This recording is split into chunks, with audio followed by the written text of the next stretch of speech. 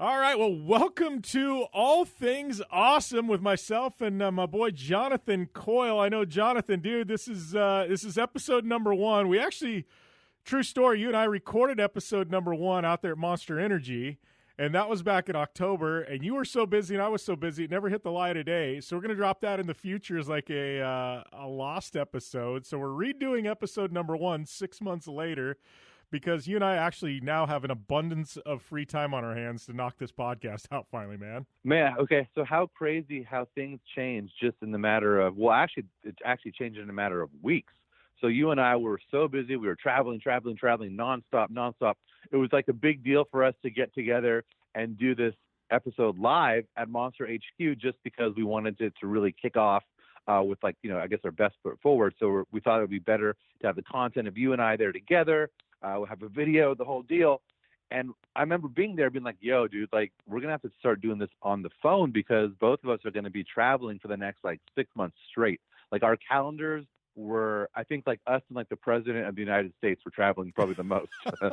And then within literally, it was like, hey, there's this thing in China, the coronavirus. And I was like, yeah, whatever. We've heard about swine flu, bird flu, all this other stuff. This will just be another, you know, media goes crazy, how they do. Get everyone steamed up, and in 2 weeks, no one will even remember the coronavirus. Business as usual. And then it started kind of just dominoing, and it was like, hey, we're canceling all your international travel. I was like, wow, this thing must be serious. Then it was, hey, we're canceling all of your domestic travel. And I was like, this is absolutely insane. And then within, you know, probably 16 hours after that, it was, hey, dude, there's like no more events till the foreseeable future. And like you, now I am home and just bouncing off the walls. Yeah, you know, and that's what's crazy about this whole thing. Like, I was kind of like you. Like, I'm like, yeah, this is hitting. It's going to affect certain parts of the world.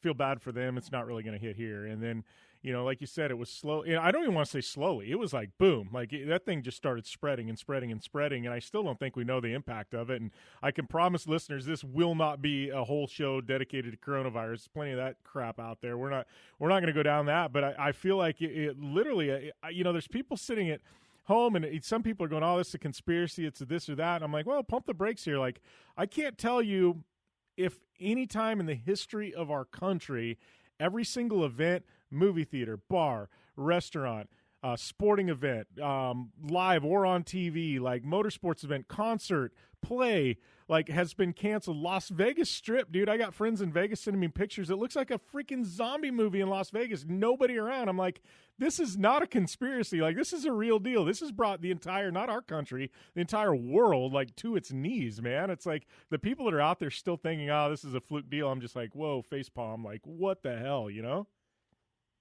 No, listen, when I heard, probably one of the first things that really got me like, whoa, is when they are like, yeah, the NBA is canceling all of their events. And I was like, wait a minute. When companies start losing billions of dollars voluntarily, that's when you know it's something serious, probably even more serious than we're even being led on to, because these major corporations that are dealing with billions and billions of dollars, how many movies have we seen about real life stories where these major companies are like, well, they'll kill an entire town with like poisoning the water, or they'll make their athletes work with like broken necks. You know what I mean? Like, they don't care. So to get them to care, to actually voluntarily lose billions of dollars, that's when it's time to really take notice of, like, okay, maybe this is a lot more serious than I think it is. Yeah, and truthfully, and this one, the one that caught me is like, even all these other sporting events, things like that, all these sporting organizations canceling things, like, to me, that was, you know, that's a big deal. The one, and this is funny because we're going to draw some parallels to you and your wife's past, but WWE is the one, even in the face of 9/11, they're like, nope, show goes on. They were like the only sporting Totally. event. They were the only sporting event in the country that put on something right after 9/11, right? When they decide they're canceling everything and they're moving it to a private, you know, arena they own with no audience, I'm like, this is the company that literally, you know, will put on anything anywhere because, you know, the Vince McMahon likes money. I'm like, when he pumps the brakes, you know shit is real, you know? Listen, they will work someone literally to death and be like, oh, and do a nice tribute to them at like WWE Hall of Fame. They'll work someone to death, and then they'll capitalize off of it and make it a wonderful moment on WWE TV. So when they start canceling stuff, that's when you know that we are not dealing with any kind of lies or anything like that. This is the real deal. We should all be very, very, very cautious. Yeah. So I got to ask. I mean, obviously, this show. I know. So we're going to do this thing. We originally were going to do a weekly. You and I both got real and go. We're never going to be able to do a weekly, even though you and I would love to do a weekly show. So we're going to do this in batch downloads. So we've got our intro episode here. We're going to drop 3 episodes along with this. We're going to have the best 80s movies, 80s cartoons, 80s video games. So that's gonna be the format. You and I will get together, and then like the second season, I guess we'll call it, here in about a month, we'll drop like 3 or 4 more episodes, and that'll be some other topics we like. But that being said, all this, you and I kind of like the same stuff, but you have been stuck at home for a few weeks now, dude. What are you doing to pass the time? Obviously, you and I both run businesses and we do a bunch of consulting work. We got our hands in all kinds of fires. But other than that, dude, I mean, I know you and I were texting about Tiger King and things like that. What have you been doing? I mean, gaming. You've been watching movies, like burning up Netflix and Hulu. What's going on at your house? Because I know you can't work out 24/7, so you're probably you put on the Corona 5. They're calling it yet. Listen, I'm doing the Corona 15, my friend. The Corona 5, I'd be happy. If I get out of here with just 5 pounds, I will be stoked. It's more like the Corona 15. But yeah, man, I've been doing all the above. So, okay. So here's where we get the recipe for disaster when it comes to keeping myself looking good over this, is that when I get stressed out, and when I say stressed out, I don't mean like someone that's like pulling their hair, like, oh my God, like, the world's falling apart. I just mean like not in my usual zone of comfort and routine. I call that stress. I get stressed out. And what do? My biggest relief for stress is not the gym. It's not Netflix. It's not even TV or video games. It is literally to bake goods. So I have been baking. Natalie's going to kill me. Like literally, she's going to kill me. I've baked oatmeal raisin cookies. I've perfected that recipe for those oatmeal raisin cookies. I've done chocolate chip cookies. Then I've done a couple variations of chocolate chip cookies. I've done banana pancakes. I've done regular pancakes. I've done it's just been nonstop. So that's the first thing.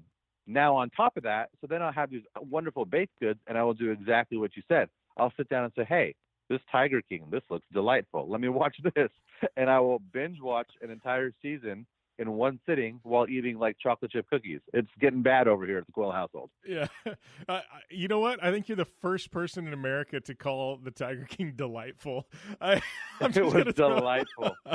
I'm kind of the same way, dude. I was sitting down, and we'll talk about Tiger King in a minute, but it's the same thing. Like the other day I was sitting, and I know I put on some weight since I've been home, and I don't know how much, but a few pounds at least. But I was sitting there, and I started eating, and it was like a chocolate donut of my daughter's at like 4 p.m, and I'm eating it, and I'm looking at myself. I'm like, when was the last time I ate a chocolate donut at 4 p.m? I'm like, what? This is all wrong here. I'm like, this is just not this is not right. I'm like I'm eating stuff I normally wouldn't. You know what I mean? Like snacking on goldfish crackers and things like that. I'm like, what in the world? Like, it's just, I don't know, man. It's like we're just, I don't know. It's a weird world, man.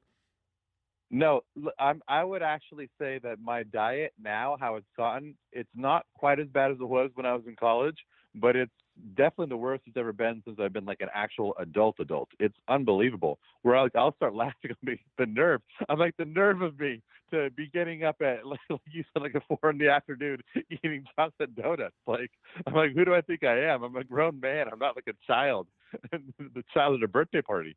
Yeah, isn't that the weird thing? And it's like, normally, dude, I'm up usually by 6:15 every day. My alarm goes off, and it's like now it's like I've got pretty loose, like, I don't know. It's so weird. I seriously feel like a kid in the 80s again, where it's like, you wake up when you wake up, eat what you want, play video games, watch movies. Like, literally, I feel like a kid again. And I hate to say that that's what this virus has done, but it's like, literally, I think everybody's just got so damn loose with their schedules and their life. It's like, I don't know, this quarantine thing, it's crazy. I mean, I'm at least getting a shower every day I get up, but I hear people go, oh yeah, I went 3 days without a shower. I'm like, oh man, what? Dude, so your analogy is actually really, really perfect and such a good tie into what we're going to be talking about, because I actually do feel like I'm a kid again in the 80s. And the funny thing is, okay, when we first were like, we're going to do this podcast series, the 80s series, I think maybe it might have been like 3 or 4 days before coronavirus really, really kicked off. And I remember we were talking about times. And you're like, yeah, what do you think, like 9 or 10 to start in the morning? And I remember thinking, oh man, that's like kind of late. Like, can we maybe do it a little bit earlier? Maybe like around, maybe like in my head being like, like 7:30, 8 a.m. That'd be perfect. Like 9 is kind of late. Well, ask me why this morning I wake up literally at like 8:45 and I look at my text and I'm like, oh my God, it's 8:45. We're supposed to get on at 9 a.m. And before, like literally before Corona, that was like late for me. I was like, that's like late in the day. And how things are now, I'm happy I had to wake up to go to the bathroom because I probably would have slept through our time. And that's within like 2 weeks. It's gone. It's devolved this fast. Yeah. So here's a question. Are you and your wife both on that same schedule, like just getting up whenever? Or is like she up early and like, oh, my husband, he's lazy some bitch right now? Like, is it one of those type of things, or are you both just sleeping in like hell with it? Oh, no, you hit the nail on the head. She is like, she's up at like 6:45. If she gets up at like 7:30, she's like disappointed at herself. Like she goes out, she keeps to her schedule. She's running. She's doing her workouts in our garage gym. Like I'll be playing World of Warcraft, and you know how that is. That's a time drain. Oh, dude, so I'll think I'm playing for like 30 minutes. It'll be 2.5 hours, and I'll come out to get some food, and she'll have like done like, I'm not even kidding, like 3 or 4 major like tasks for the day, and is still working on other stuff. And I'm like, oh, I got a new flying mount. She's like, that's awesome because I just handled 90% of our business for the day. So you go back in there and fly on your digital dragon. Oh man. Well, we got to talk about Tiger King though. So here's this crazy show. I'm assuming a lot of listeners to this have probably already watched Tiger King. If you haven't watched it, you've damn sure heard of it. But so here's this show that, was filmed like, a year ago or 2 years ago or whatever, it's kind of documentary style. You want to talk about a show that probably wouldn't have got many eyeballs, but you dropped this completely, and I guess we can cuss on this, right, a little bit. I mean, this is kind of a fun show, right? I want to say batshit crazy. A show in the middle of a pandemic, and dude, like this thing has gone viral of all viral. It's got like full-on meme accounts set up for it now, like, and it's such a crazy story that you couldn't even write that script if you wanted to, so it's got to be true. But I'm like, talk about ideal timing for Netflix to drop that. And it was by accident. They didn't plan it. They filmed that and they're like, yeah, this thing might get, a few thousand views, whatever. The production values weren't exactly high or anything. But dude, that thing's gone like taking the country by storm, man. It's literally, it's become like I hate to even say it, but like a national icon, which is even more like it's funny in one part, disturbing in the other. Like if you were to sit down, okay, I actually couldn't even do it because I was on the phone with my mom the other day and I was like, oh, you probably watched Tiger King. She's like, no, I've been hearing about it. What's it about? And I was like, honestly, I'm not going to give you a synopsis because if I tell you a synopsis of it, you're not going to believe me. You're going to be like, you're talking about the most like stupid premise for a TV show ever. Like if it wasn't even real. So if I was telling what Tiger King was and someone was thinking that it was fiction, they'd be like, this is hella dumb. No one's going to believe that. It's like the stupidest like writing I've ever heard in my life. So you have this like gay guy with like multiple husbands who's old, but he's kind of like almost like a racist hick, but he's not because he's gay. And then he like collects tigers that he loves. But then he'll like kind of abuse the tigers, and then he has this nemesis that also raises tigers, but she's under suspicion for killing her husband to steal his money. And then his best friend is a guy that has like 5 or 6 like sex slave wives, and then he lives on a big Shangri-La and rides an elephant to work every day. You'd be like, this show is nonsense. No one's ever going to believe it. But yet that's just a day in the life of Florida. Right? It's so far-fetched. And, the funny thing I went, is like in the whole thing, they're like, Joe Exotic, he wants to be famous. He wants to be famous. Sad is he's in jail now, and the dude becomes famous when he's in jail, And he's like the most famous American right now. Oh, like, dude. Everybody wants to, Yeah, he ran for president in the wrong year. If he'd run this year, he probably would get elected. 100%. There was one of his things. It was like a clip from like his like governor campaign, like his little what's it called, like the ads that they show on cable TV late night.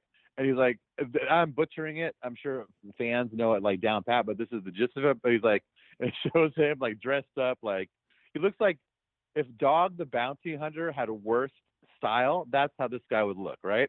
Yeah. So he's like dressed, his gun at his hip, and the whole thing is leg brace on, and he's like, "I'm Joe Exotic. I have had kinky sex. I've tried drugs." And some other whatever, and I'm running for governor. I was literally like, I probably laughed out loud for a good 3 minutes straight. This is Florida. When people talk about Florida and they're like, oh yeah, when they talk about when they start to read an article and it says a Florida man or a Florida woman or a city in Florida, it's going to be just some absolute nonsense. Well, this guy is he should be the state bird of Florida, Joe Exotic. The mascot for Florida. Yeah. You know what needs to happen is, he's sitting there in jail, and and this whole deal worked backwards, I think, for old Carol Baskin, because I think she thought that this was going to expose a bunch of people, and all it did was turn her into a villain. But no, she's like a murder suspect number one. This was totally backfired on her. But I'm just putting it out there. If Donald Trump decides he wants to get reelected, like the week before the election, he just needs to pardon Joe Exotic, dude. And I guarantee he's going to earn all the votes right there. Dude. Trump would pardon Joe Exotic just because I think he would die laughing at all the tweets that he got by doing it. Like, I think that he has such a dry sense of humor and is such a troll that he legitimately would be like, oh, I'm for sure pardoning this guy. And then he'd do it, and then he would literally sit down and look at his phone for the next hour and a half, and him and his cabinet and his friends would die laughing. Yeah. If I was president, I'd pardon Joe Exotic at this point. Why the hell not? The world's crumbling. Dude, Trump will pardon Joe Exotic and then make him the minister of whatever animal affairs or whatever our version of that would be. Oh, dude, there's probably wildlife. so much. They have the wildlife. Whatever. There's probably so much truth in that too. That's what's funny. Oh yeah. Man. Oh, that's funny. So as all this is going on, I know you said you've been playing World of Warcraft. So another Blizzard game that I've got into, Hearthstone. I know you were kind of a developer on this thing, but I started laughing because this game, they tease you enough where you can play it without spending money. But at some point, you got to buy like card packs, right? And so 100%. I've bought enough card packs where I got all the pretty good cards that I need to where I can actually be competitive and win. There's a few I'm missing and stuff like that. And you can craft them or whatever, As this whole thing's going on, Blizzard, what do they do? Everybody's sitting at home, and I honestly hadn't played a lot of Hearthstone until the past month. I played a lot of it, and then I kind of would occasionally, once or twice a week, I'd play in the evenings for an hour when I was laying in bed, something like that. But dude, now all of a sudden Blizzard, they decide to drop an expansion pack smack dab in the middle of the pandemic when everybody's sitting at home playing games like Hearthstone. And I'm like, Blizzard, the company that can print money during the pandemic? Yep, that's them. Dude, so I have two things about that. The first is before I even went to work for Blizzard, I was a massive fan of Blizzard games, right? Yeah. So their quality in games, if you're sitting at home now and you're bored, and you're like, I kind of want to play some video games, or what should I do, blah, blah, blah. Get anything from the Blizzard catalog if you want to do it on mobile. I know, Jim, you have a specific thing where you don't play Hearthstone on mobile because you'll get so addicted to it. No, I which do. I think is probably. I do it on mobile, but it's only on my iPad. I don't do it on my phone because my phone, I'd be sitting. My iPad doesn't go with me everywhere, so it's like, yeah. Okay, so that's actually, I think that's a really smart way to do it because that game is so addicting. So they have you covered. If you want to play console games, they have Overwatch, right? You can play that on console. Yeah. If you want to play PC games, they have, obviously World of Warcraft, StarCraft, Diablo, the whole deal. Oh, actually, and Diablo, and they actually have Diablo on console as well now. Yeah, that's an amazing game. And then if you want, dude, all of it, it's all good. And then if you want to play mobile, then they have Hearthstone. But here's the crazy thing about that game. So when they first started describing it to me, they're like, yeah, it's like, it's a card game.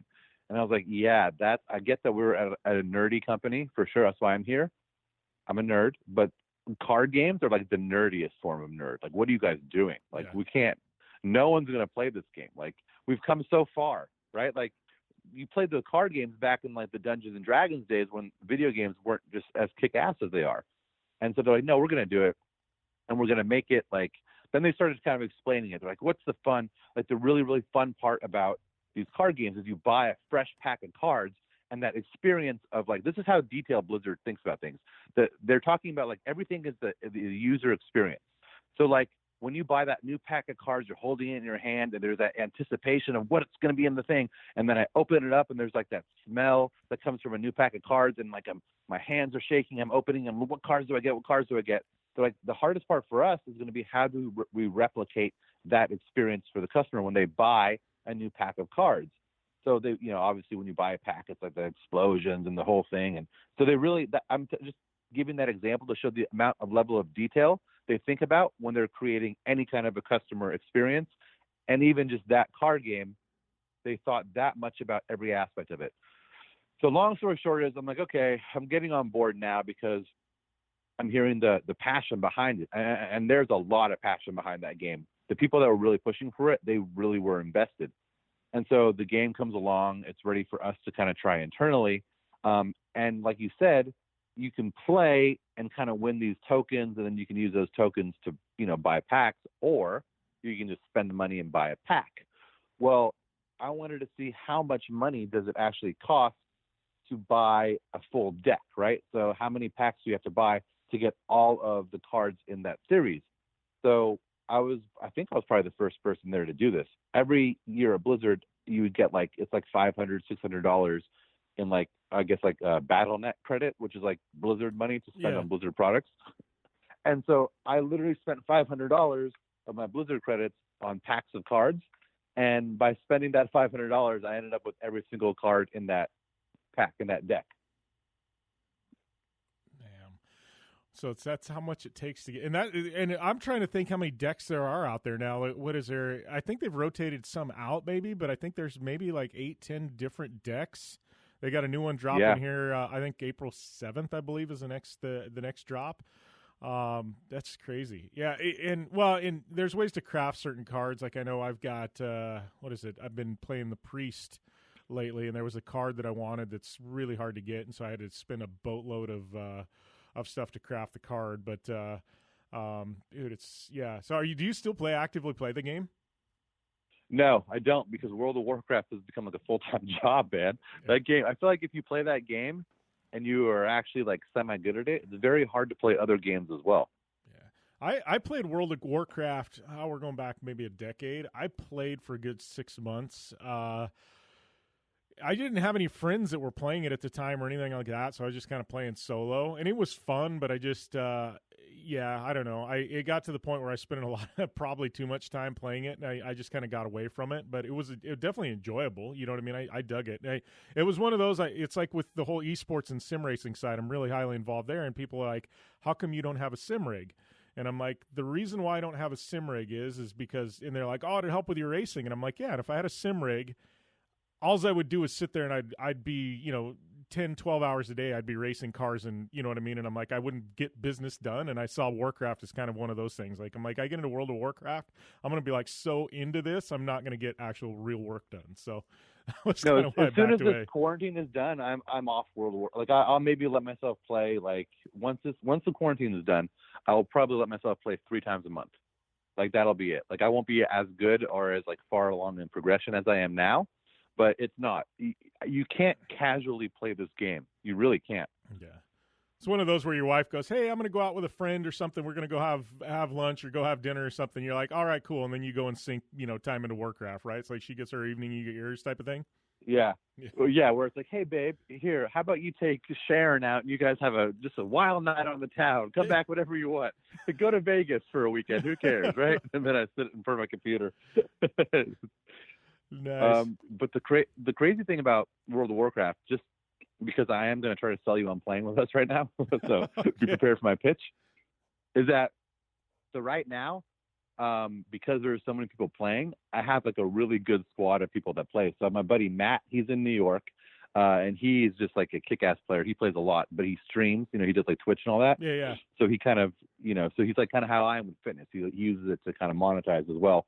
And then I have my buddy Josh out in Australia. He was actually one of the videographers when we're out there for Riderware. And so, it's like World of Warcraft. You hear someone admits that they play it, and then everyone's like, oh, I do too. So now we're playing with him. He's good. And then Thor Bjornsson, strongest man in the world. Really? Me and him I'm like, dude, you need to create a character because he's been playing Call of Duty. And he's like, all right, cool. So I think he's created a character last night. and so he's going to come on and play with us all too.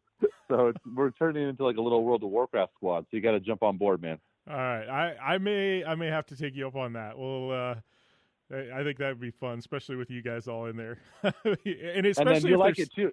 Exactly, because my buddy Chad Jarrett, he's a producer over at Blizzard for Warcraft, and he's playing with us now too. So it's like even more funny because any question we have, we'll ask him, and he knows it. So it's the best. Yeah. Well, and I'm just looking at that going, all right, so like if I'm the guy that's totally green and I'm by myself, it sucks. But if me and Thor are both really green at this game, like then it's like, all right, so this might be fun because there'd be two of us who can go up through the levels together. You know what I mean?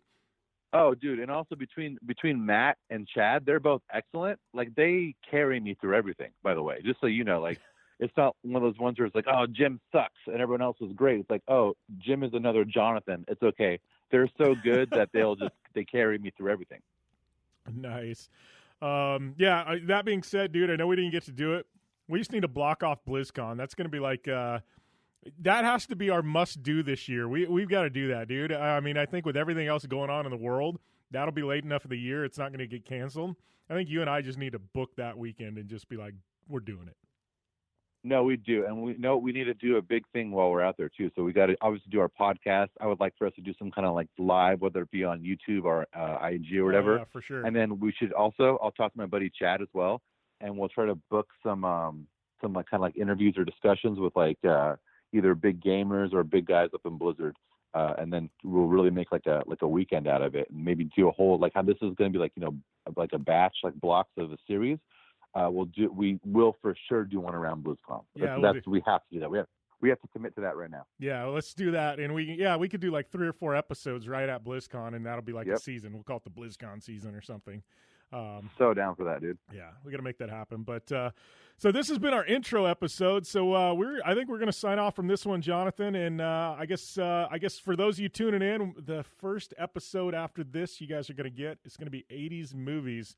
Jonathan, I talk all things 80s movies. So I am at Jim Beaver 15 on social media. Jonathan is at Jonathan_Coyle on social media. Head over to Apple Podcasts, smash the subscribe button to All Things Awesome. And 80s movies. It's coming up next.